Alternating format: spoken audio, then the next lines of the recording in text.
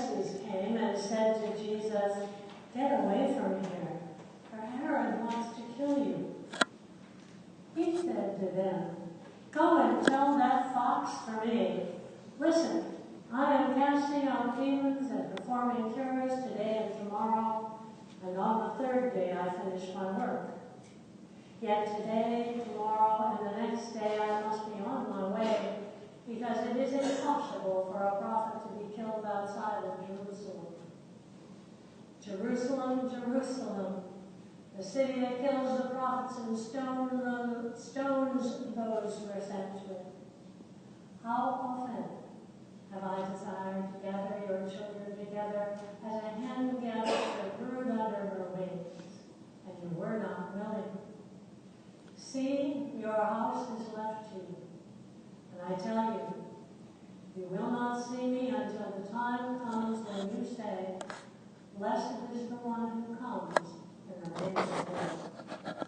The Gospel of the Lord. Praise be. Raising chickens in the backyard has become a thing lately.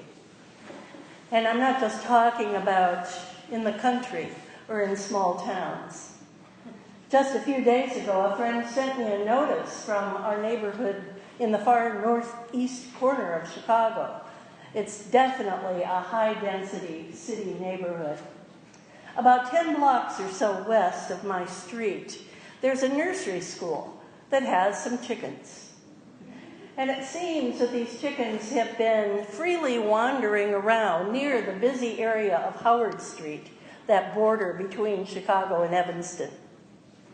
Concerned people were told not to worry about them, just to let them wander, because they always find their way back to the school in time for supper.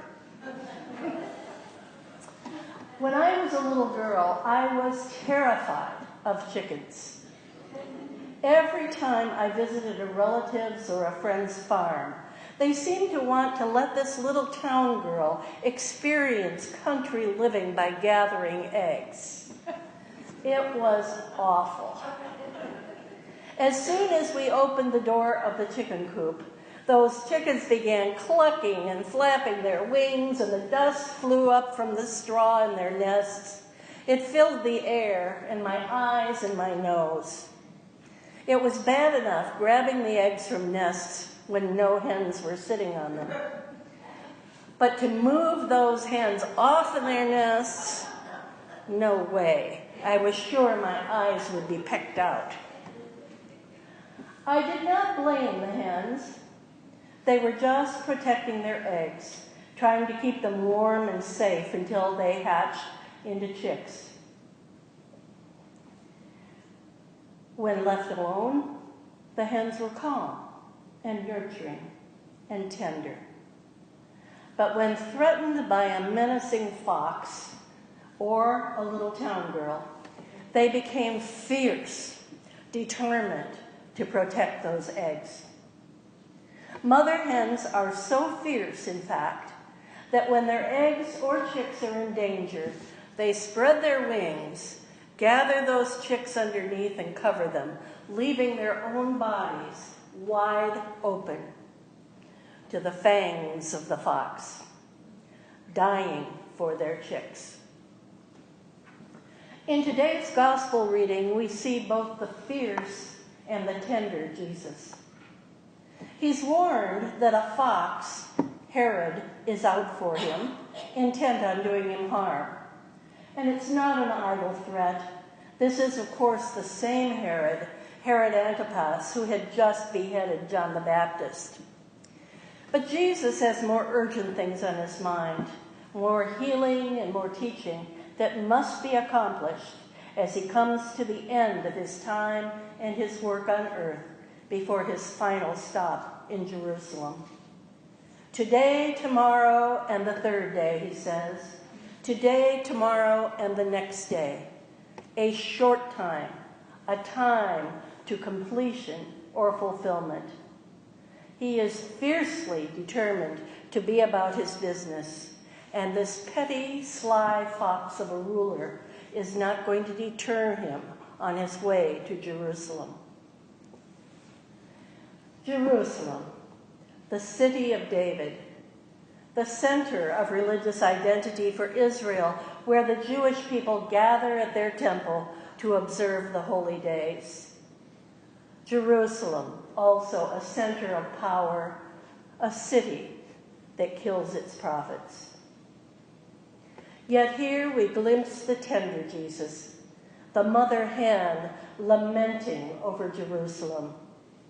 He weeps, not just for those who will reject him in the coming days, but for all of the people of Israel who were and are unfaithful, for all who were and are unwilling to accept God's invitation to gather beneath the protective wings, for those through the ages in his presence and beyond, people like you and like me. For our world rejects that invitation too. This week, yet another massacre of innocents, people at prayer in their place of worship.